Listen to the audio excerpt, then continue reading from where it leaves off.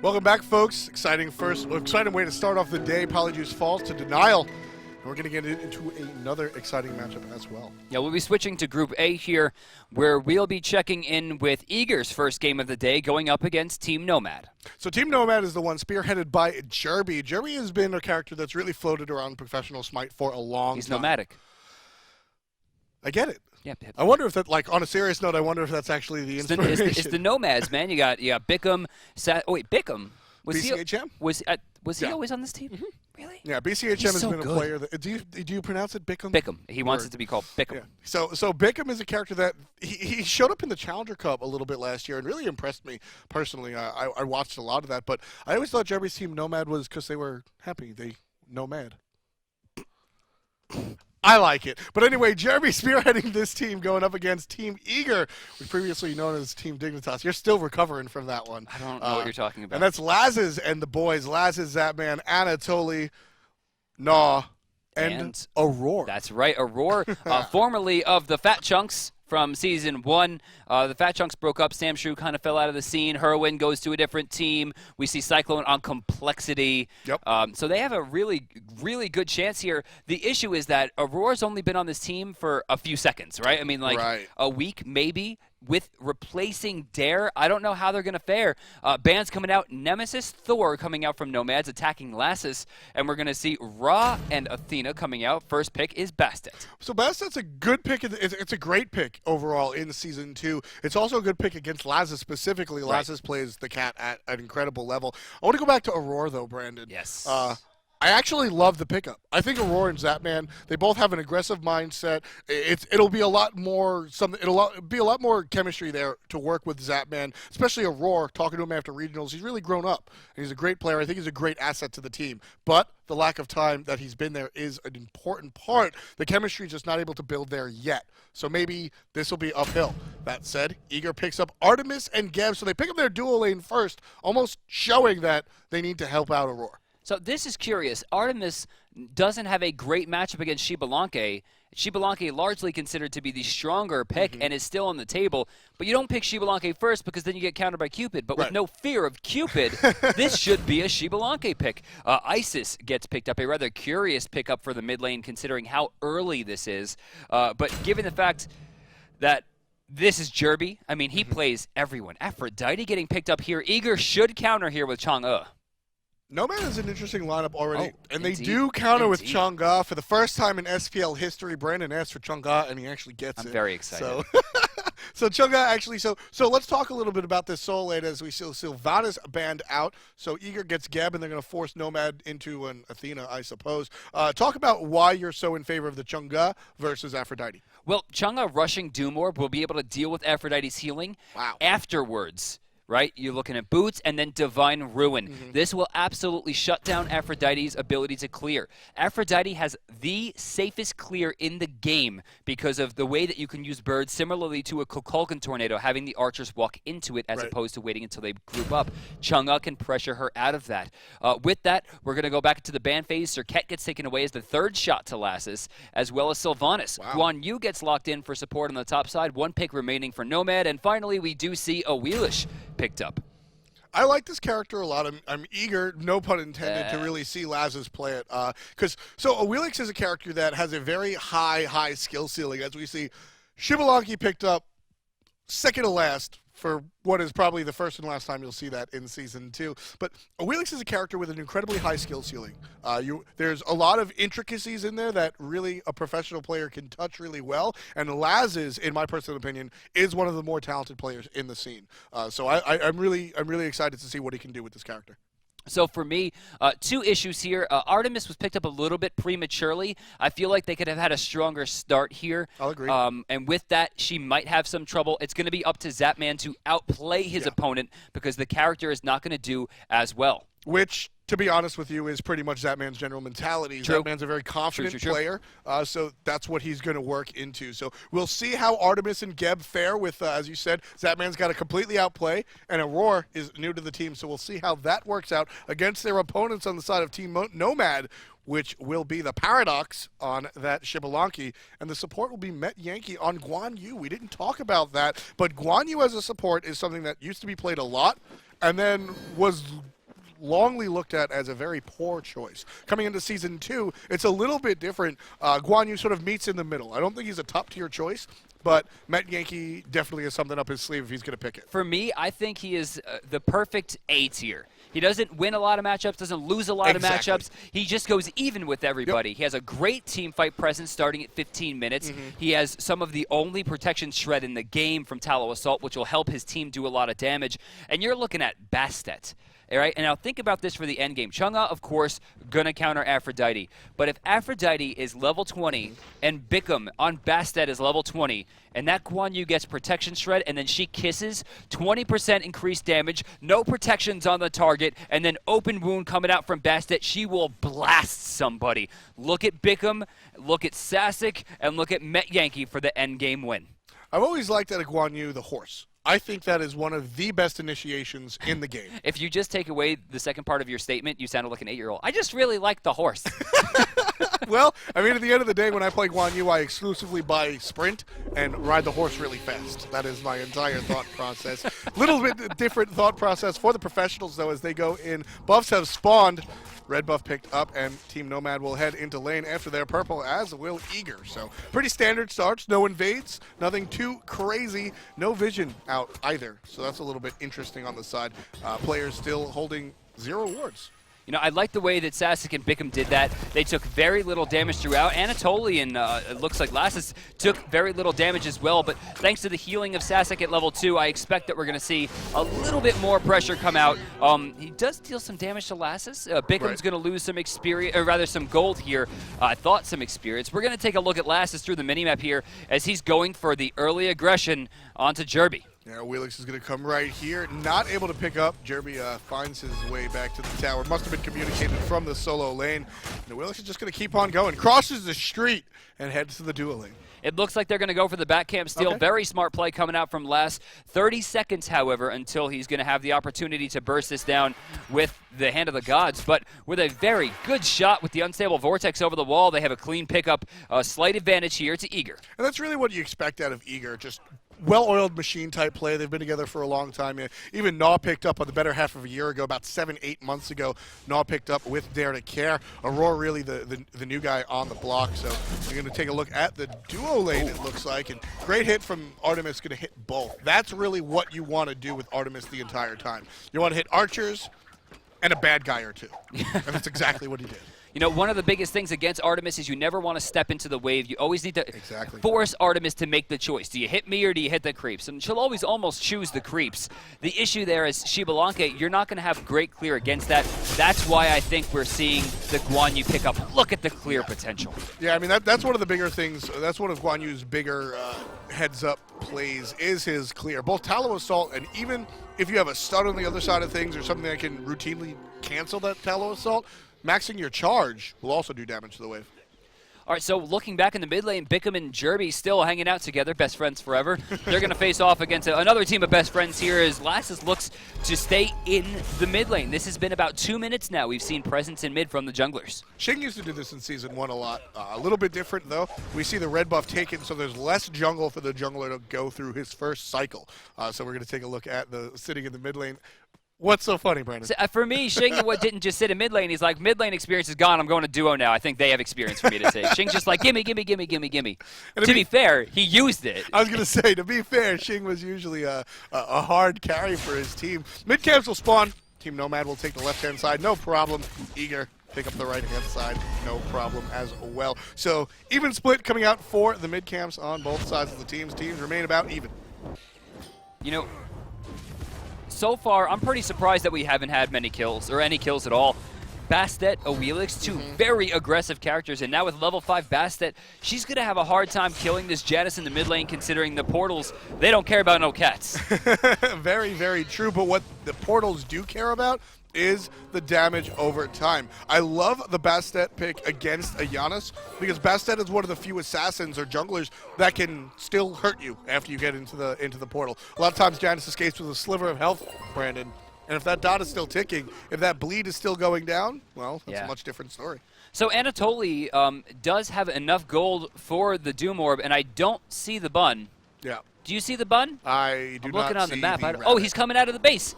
I bet he has a Doom Orb.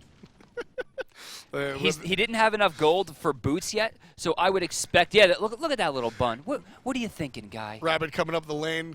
He's going to deliver an item to Chang'e. Doesn't have to back to pick up that item. So Doomorb is always a curious pick on the Chang'e. No, I like it now. So Doomorb on Chang'e. Doomorb had a drastic hit in cost. So it's $17.50 now. It's much cheaper, which makes it exciting. Sprint 2. Interesting choice.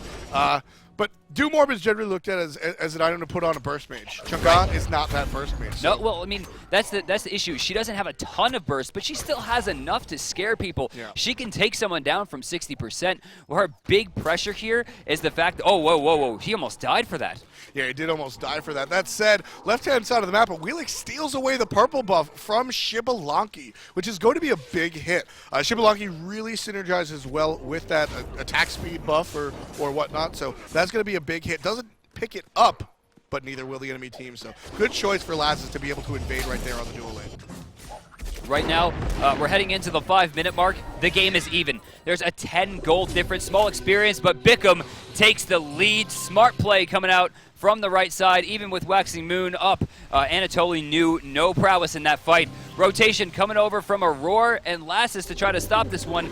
Cat's on cooldown. Bickham not put. Oh, the Cats are not on cooldown, but there comes the Janus ult, and it looks like with the Geb shield, they'll be able to hold through this. Nice kiss from Sasek, keeping the team honest. Beautiful kiss, just able to really read that. Understand where it's going to come. Good heads-up awareness play from Sasek. Really no capitalization, but those small things, Brandon, when they're put into the team fight, those choices are really what makes a good team.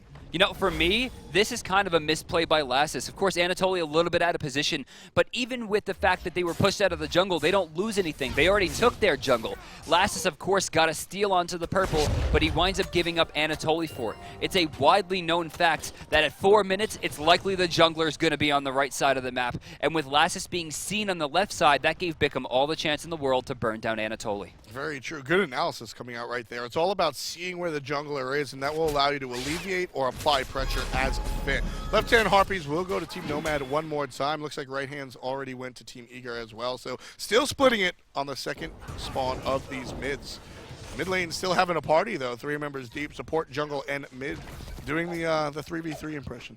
Anatoly right now still not a lot of damage on the board, only boots 2. Does have access to improved sprint and purification beads. A bit curious to me, and also that use of the Moonlit Waltz on the right side, not going to do much there as the birds activate. Left side, oh, a lot of trouble here for Aurora, nowhere to go. Jerby cleans up with the Circle of Destruction. Jerby gets the Circle of Destruction right there, gets the kill. Beautiful portal by Janus, I do want to mention.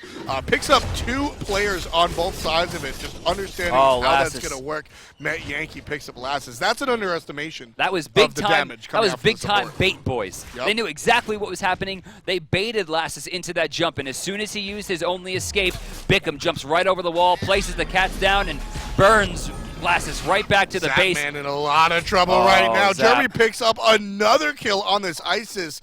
200 reads the slash line, and that's going to be a great pickup. So in Season 1, what was, I think, the biggest issue with Jerby on Complexity, from what I've understood, is that Jerby would get kills. Jerby would do well with the slash line, but Jerby couldn't carry with it. But he's so hungry now. His rotation seems so much cleaner in Team 2, and for me, I think that's because he's surrounded by people he gets along with a little bit more than on Complexity. Perhaps the personalities didn't work as well, but Nomad seems so strong. Paradox, Met Yankee, Jerby, Sasek, Bickham, these guys all want the same exact thing, and you can see it reflected in their plays. Jerby here could be in some trouble. I love the use of beads as well there, because it also stopped Lassus from getting the Moonlight Surge as well. Yeah. See, this is an interesting thought process, Brandon. You bring up the synergy and the chemistry as we take a look at the right-hand lane real quick. Laz is looking for a kill. Will he jump into it? He gets the knockup and the pull with the ultimate. Isn't enough to get the kill. Aphrodite just so tricky.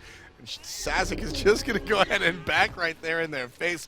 Great play, but unable to convert. How did he hit that? Aphrodite's incredible. No, it's obviously extremely skill-based, and the fact that Lassus even aimed that move enough to hit her is amazing. But why in the world would you have your back turned to a Wheelish from that range? Like, you are asking for it. Luckily for him, he's able to get away, and with that, we should have a level 2 ult. No, it's actually still level 1. Undying Love at this point still is a 90-second cooldown. Anatoly here has gone into cooldown boots, so he has no healing reduction aside from Moonflower. He's not going to have any major burst damage, and there's no way for really him to push Sasic out of lane. Despite the fact that this is a counter matchup for Chang'e, Aphrodite still maintains the win right now in the lane. Yeah, I mean, those are the exciting plays that I was talking about in the pick ban phase coming out from Laz's. You know he's got those mechanics, so those are the plays you want to look for. Again, unfortunately for him, unable to really convert there. Team Nomad looking very, very good, and I want to attribute it to, you mentioned the chemistry. All these players have a similar professional or competitive history and mindset. Right. Jerby's never really won much. Paradox almost, as they take a look at the Gold Fury. The ultimate's down right here. We'll get back to that thought process in just a second. Ice's ultimate, so good for confirming it. Team Nomad picks up the Gold Fury. Here comes the introduction by Met Yankee to his team, and Aurora gets it. This is BCHM. Meet my jungler. That's right. Met Yankee getting pretty low. Feather Step's going to do it, as it looks like they're going to chase Bickham on the right side. Sasic trying to go back for it, looking for some damage here. Bickham actually will get the ultimate off, but Last finds a double kill, a 2-for-1 or 2-for-0 trade. No, one. I'm sorry, but that increases it by another there with the kill from Naw. 3-for-1 plus Gold Fury winds up equaling out, in my opinion. They'll lose experience. They'll gain gold on the side of blue. They're going to lose a lot of damage onto this mid lane tower. I don't think Eager has enough to really go for it unless this... Well, here's the second wave of minions, and they should be fine, and it does fall. So 10.5 minutes in, Eager, they lose the Gold Fury, but they claim the first structure of the map. So Team Nomad, basically what I was saying, Brandon, is they're all players that have sort of looked at the competitive world, almost gotten there, not quite. They're all very hungry, and they're all ready to win. So Team Nomad making plays, getting the Gold Fury, and even with that tower down, still maintain a lead in the gold. Taking a look at the graphs, you'll see that they're just over 1,000. That spiked up much higher, though, after they picked up that Gold Fury. You know, that last fight for me, that was just Nomads not respecting a Wheelish. Yes. Early game, a Wheelish is an absolute monster. Late game, she has great pick potential, but she doesn't have the same level of pressure that she will in the end game because she cannot put herself to the back line. She cannot do it as she will die. When you bring the back line to a Wheelish and she's able to just run that assassin train on your team without having to use her jump for initiate, she's going to destroy you, and that's what Lassus did there. He took advantage. So he's going to be 2-1-1, slightly positive, and it looks like we'll be only now slightly behind Bickham by about 300 gold and 1 level. 3 members, left-hand side for Team Nomad. Looks like they want to punish Zapman, but Zapman's really not putting himself out of position, so Jerby just heads right back to the lane. Nothing for him to really do here. Just dragging Eager around the map where they want to. Right side, looks like Bickham here pushing up, saving some experience for Jerb as well. I like the splitting overall. Right side, Anatoly, it looks like will be going into Warlock Sash most likely, which will make him a little bit more tanky, but again, like you reiterated before, there's not a lot of damage there. She's not going to have the same level of movement or the same level of pressure that Chang'e normally would have. She's looking to be a faux tank for the team, it seems. And that's much more, in my opinion, from what I've seen from Anatoly, that's more core to his thought process. We always see Anatoly really playing more of a support frontline type character than a true like Bakasura or Hapua coming out from him. So I think this is more fitting to Anatoly's playstyle and thought process than a Doom Orb would be on the Chang'e. Oh, right side, the cavalry charge is gone. Lass is jumping over the wall, but leaving Aurora to fight down the wolves. He has no mana here, but a beautiful portal will come out and save him. One shot, Aurora's one shot away. No Spirit Ball's gonna find them. He rolls out and is able to fight for another day. Team Nomad in a tough spot right now. If Eager really collapses, they could take advantage of the mispositioning, but they're not. And Team Nomad going to fall back just a little bit to safety.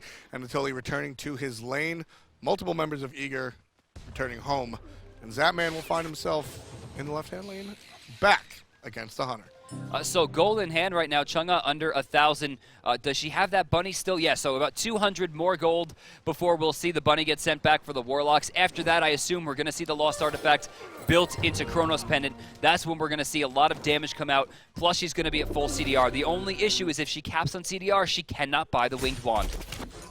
Winged Wand also provides CDR, so that would be over capping. You can only get about 40%. Right. So that's why the Winged Wand would not be a solid choice. Wheelix again going for these the purple buff invade right here. It's spotted out by Team Nomad.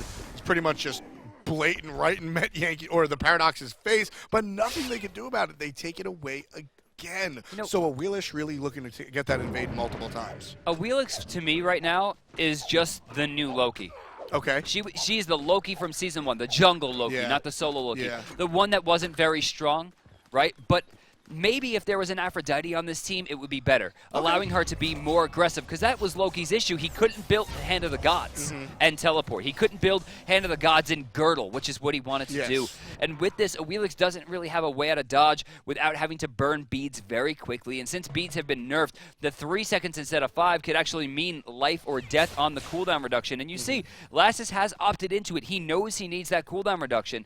With that, he's got to team up. There's got to be more pairings, more Gnaw portals, more Chang'e ultimates. He's got to get safely to the back line without using that jump. If we see that, I think we're going to see the same Lassus Loki that we saw in the last season. But if not, he's going to go back to that base with a big respawn timer.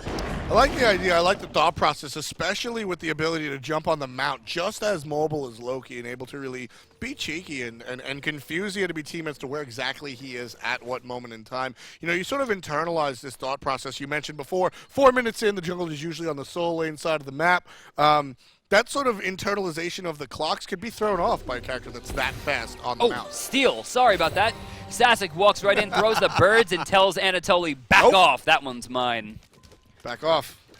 So this is maybe not going to hurt him too much. He does have some MP5, but it will definitely put a damper on Anatoly's plans to stay in this lane long enough to make sure that he can also pick up a Chronos Pendant. He's about 1,000 gold away from it. Left side, Gold Fury will get started, but sniffed out here by the Nomads. They rotate over as a group, which is, I think, very appropriate. Yep, rotating over as the entire team. And this is how you pressure it. I love the decision from Nomad to do that. Winds out well. Again, mid-camps are split. They've split them the entire game, Brendan. They're doing a good job there.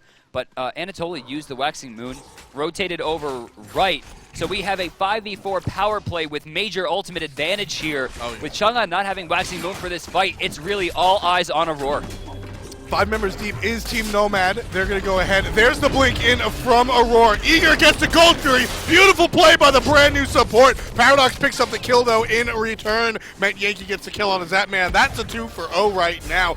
So is it worth it? Let me work it. We'll see it. And there's a damage coming onto Gnaw. That middle laner will fall as well. So this is what we saw last time, but opposite. Eager picks up the Gold Fury and loses 3. Make that 4 members of their team, thanks to the aggression coming out from the Paradox. So similar to how Nomad did it last time, but Eager just a little bit more. And somebody watched the denial game, because Nomad is going to go for the Fire Giant. So here's the big issue here. Aurora jumps in there, gets the Gold Fury, but he didn't have an escape plan. The counter-initiate possibilities coming out from the Nomads were absolutely incredible. Their Fire Giant dance, however, not super strong. They almost wind up dropping some players. God bless Sasek and his ability to heal there. But the second big issue is that Anatoly used Waxing Moon to confirm a mid-camp right before that. Even if he jumped in there, he didn't have any presence, which forced him into an awful position. Right there, Eager definitely was a bit too eager for that play. They overcommit to a fight they couldn't have won. I think the only way they could have possibly taken that was they needed a much earlier Gnaw ultimate to make sure his team could have gotten out safely, but they over-aggressed. They not only drop 4 deaths there, but they also drop way more gold than they bargained for, plus the Fire Giant. Huge advantage here for Nomads, and we might be in the works of an upset. Yeah, I mean, this is looking like it's a very strong game for Team Nomad. 18 minutes in, folks. 42,000 gold on the side of Nomad. Only 2,000 up from Eager, but they do have a Fire Giant, and they have the momentum. They won the last fight in spades, didn't come close to losing it, and while Anatoly split pushing on the right-hand side, the mid tower goes to Nomad, and Anatoly does not have a way out unless he backs, and that's exactly what he'll do. Not even getting the tier 1 there. Eager not in a wonderful position here at the 18-minute mark. Paradox really starting to come online now, has a lot of damage. 2 kills on the passive. I imagine the bolas are maxed. Indeed they are. Right now, he is just a monster. You don't want to find yourself in an alley versus him. Not at all. You don't want to find yourself in the jungle either. I mean, that's really, we saw Anatoly just get demolished by the power of Shivalaki. So just so much damage coming out from the Jaguar. We'll take a look at right-hand side. You know, I love the build coming out from Sasek. Doomorb, not an item we usually see on Aphrodite, but he makes up for it by going into Shoes of Focus to ensure that he's going to have a lot of damage. He also picks up a Wing, or rather an Adventurer's Blade, which will be a Wing Blade right after. Going to put him at 25% CDR, still enough room for something like Mail of Renewal.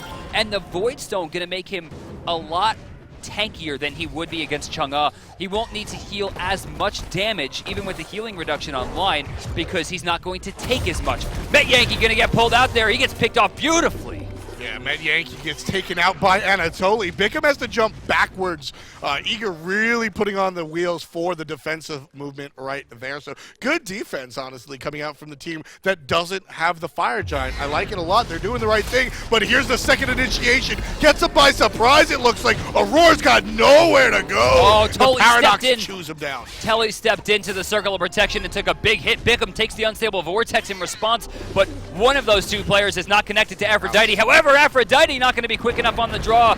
The ultimate already on cooldown. No heal to be found. That'll be a 1-for-1 trade afterwards, but they still get the tier 2. They get the tier 2 tower, and they lose about 2 players in that fight right there. The Paradox does pick up another kill, so that's going to be good. But taking a look at the graphs, great swing up for the team in blue. 5,300 gold differential as Anatoly finds Jerby in the jungle. But here's the rest of the team. There it is. Naw picks up the kill onto Jerby. Anatoly finally showing up, getting the big waxing moon on the 2 players, sending one of them back to the base in a box.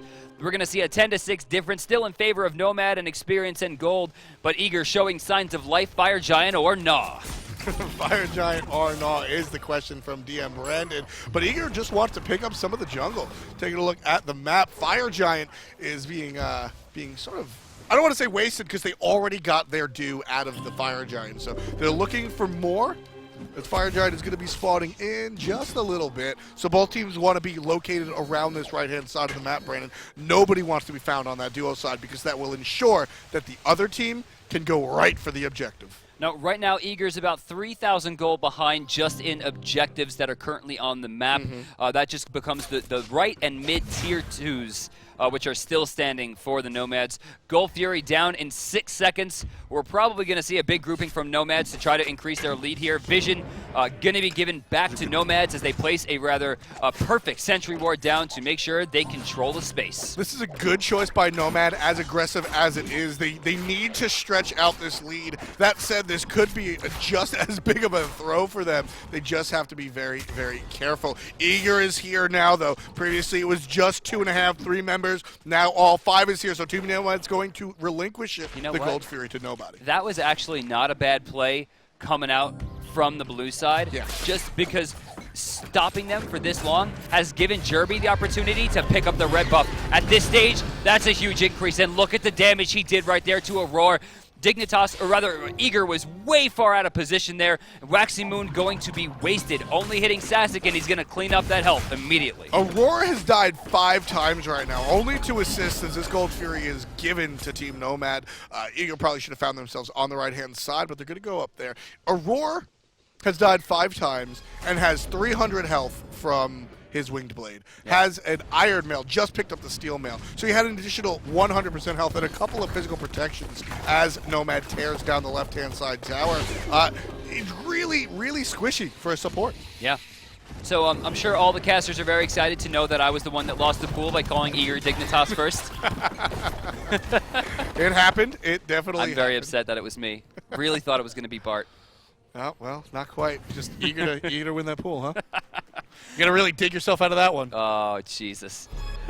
With that, Fire Giant's still available. Big wins there for Nomad as they finish up the tower-based objectives. We'll see Eager eagerly throwing out some portals there to make sure they rush down what they thought was going to be a taken Fire Giant. They'll find themselves on the defensive once again with the through space and time on cooldown. I like the thought process, though. Eager really didn't have any vision, so they just immediately went all in for the defensive play. They got there and they said, hey, who turned out the lights?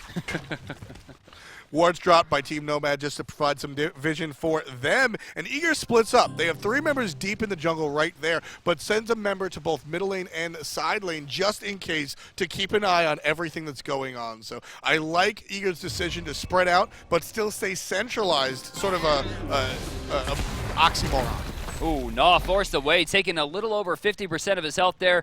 Roar also taking about a fifth of his, about 20%. Yeah. Anatoly trying to help that back, but it looks like Nah actually chooses to go back to the base here. Power play for Nomads.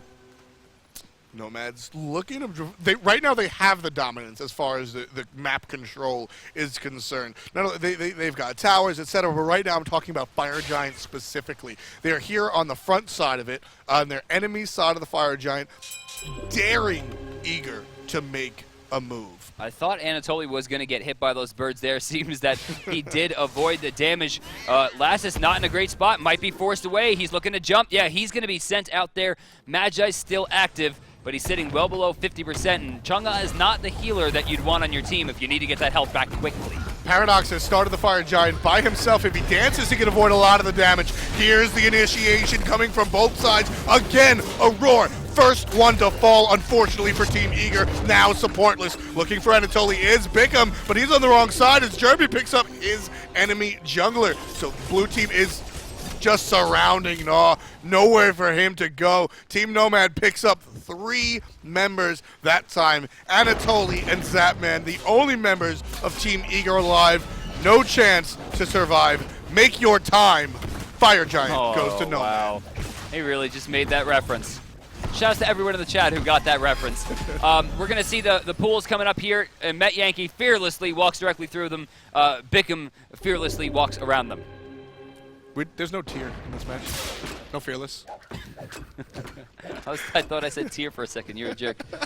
Oh, looking at the grass right there, that was a great pickup for Team Nomad. Team Nomad is really feeling well. They're approaching the 5-digit mark for both experience and goal differential, which is really where the difference between a lead and domination really come into conversation, Brandon. 10,000 gold is just so much tangible numbers on the side of the team in the lead. Add that on top of the Fire Giant. You know, Eager has to pull something incredibly surprising to really get Nomad, especially when you consider both Doomorbs on the side of Afro and Jerby are both fully stacked. You know, I really do love this item. I mean, it's so cost efficient. Do more with Doomorb. Been saying it for years, Brandon. No, it wasn't good until this week. Shut up. Or like, you know, this season. Get out of here. But, I mean, Aphrodite, a little bit curious on the pickup, right? But the rest of the build really works with it. I don't know how I feel about the Magi's Cloak here, considering she already has her ultimate and beads. Right. Not to mention, she also has Heavenly Agility. She has a lot of movement. She doesn't really need that extra CC immunity. I think a Shell would have been a little bit better in that, but they already have one. They already have a weakening curse, so she's like, hey, whatever. Whatever. We'll just do it. Picked up the middle Phoenix in that moment. They're going to pick up the right-hand side. Shell is popped as Eager gets a little testy. They're getting a little bit more aggressive. In goes Matt Yankee. He's going to trade his life. Not a great initiation as Lazarus picks up 2. Eager's looking to turn it around. The Shell is down, no longer available. Jeremy splits to the left while the rest of his team splits to the right. Naw's looking for the pickup, trying to chase him. Just hits him with 1, not 2. No, he dodged it. Laz he is was in the for middle more. of it. Oh, wow. Oh, you see, that's a move. You can't dodge it. You can give yourself feel it. You can give yourself like the tools to get lucky, but you cannot dodge Unstable Vortex. It is a luck-based dodge, right? You must outrange it. With that, Jeremy got a little bit lucky. Jeremy finds himself, threads the needle, finds himself right in that hole, so doesn't really get the kill right there. But look at the power from Sazik, able to go ahead and heal up, but it's not good enough. Eager takes this Gold Fury. It almost looked like that one was free. I think Nomad felt as relaxed as we did, Brandon, and Eager just sneaks right in there and takes it away. Great play from Aurora. You know, he's been dying, Brandon, but here for the objectives, he's doing the right things. You know, for me, it looks like Aurora's out of position. Yeah. For me, I think Aurora is in the correct position most of the time, and that it's the rest of Eager that's not following the support up. He's getting the big hits. He's getting in the three-man caddies. He's stealing the objectives, and then, you know, we see kind of gnaw a little bit out because he's afraid of taking damage, and Zatman, who is strangely and uncharacteristically cautious this game, especially on Artemis, but, you know, this is one of the reasons I don't love Artemis as a first pick. You know, she's not as aggressive as she needs to be. I mean, she gets picked way too easily. In this stage of the game, yes, she'll have CC immunity, but she doesn't have direct escape like Rama, or like Cupid, or like Shibalanke. And with that, he has to stay in the backline. It seems like they're on two different pages. Now, that time he was out of position. We just complimented Aurora, and I'm going to go ahead and agree with Brandon that he wasn't out of position a lot of time. That death was completely on him. You know, one of the things that Jeff Hindler, support for World Champion Team, now Cloud9, has said is that Season 2 is much less friendly to supports. It's harder to support now when you're behind than it used to be. So that could be another contributing factor to what's keeping Aurora down, now earning his 7th death, able to be spawning in about 15 seconds as Team Nomad tries to sweep out the Phoenixes again.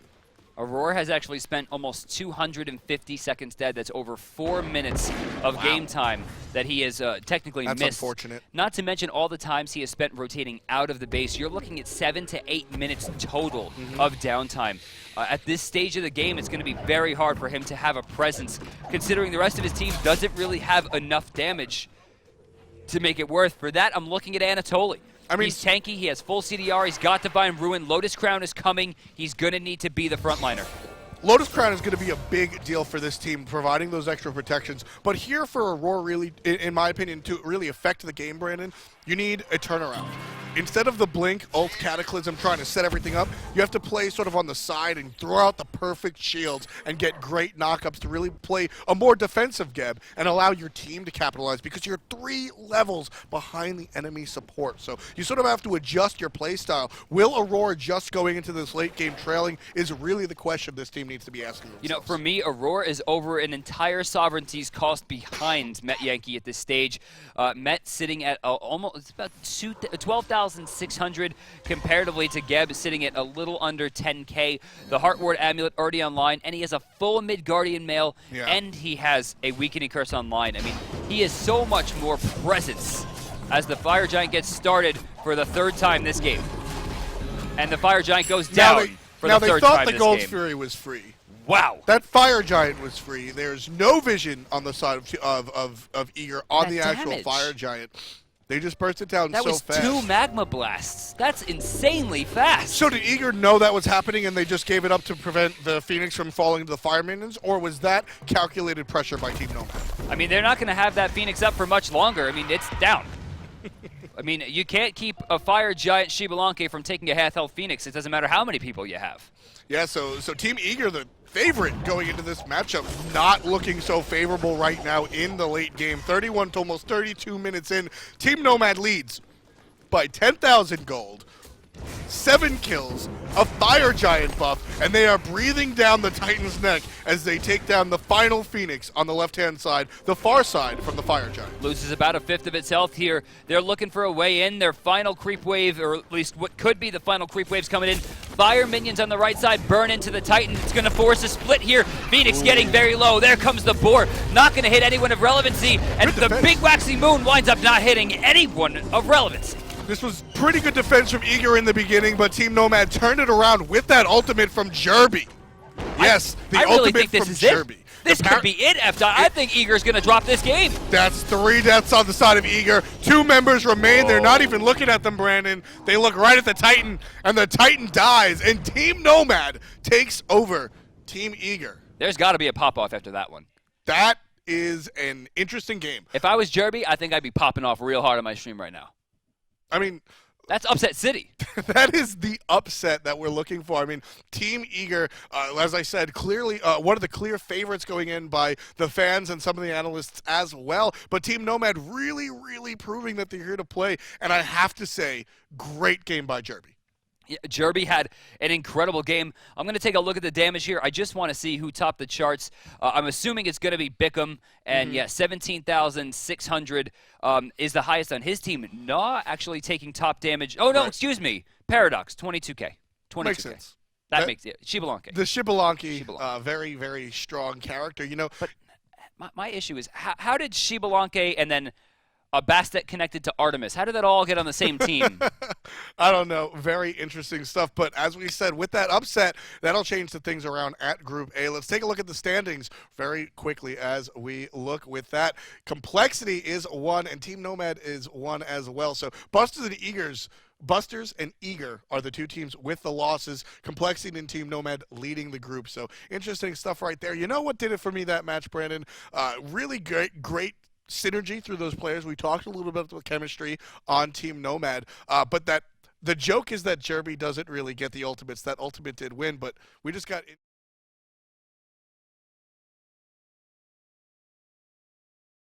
some more info on some other games raging on. That's right. Oh, wait. Legion takes down Cognitive Gaming. Upset there, a 6 seed versus the 3rd seed. But honestly, the teams, I think, are about even. This will be actually the first time that Legion beats Cog, though they've lost in the previous 2 weeks to them. True. Polyjuice and Cognitive riding the bottom of the barrel here as Denial and Legion are looking towards the SPL. Yeah, that Group B is a very interesting group. I think most of these teams are on an even level. Polyjuice might be behind by half of step, but I don't think it's that big of a difference. So I really like the play coming out from Group B. That's a really exciting one. And Group A, we expect it to be a group of death, but not quite much. So should be interesting. So we're going to have a little bit of a recap for that game coming up for you in a few seconds. Afterwards, we'll cut to a quick break, and we'll be back with our 3rd game of the day. We've already seen one upset. Don't go anywhere. There's bound to be more. Stick around.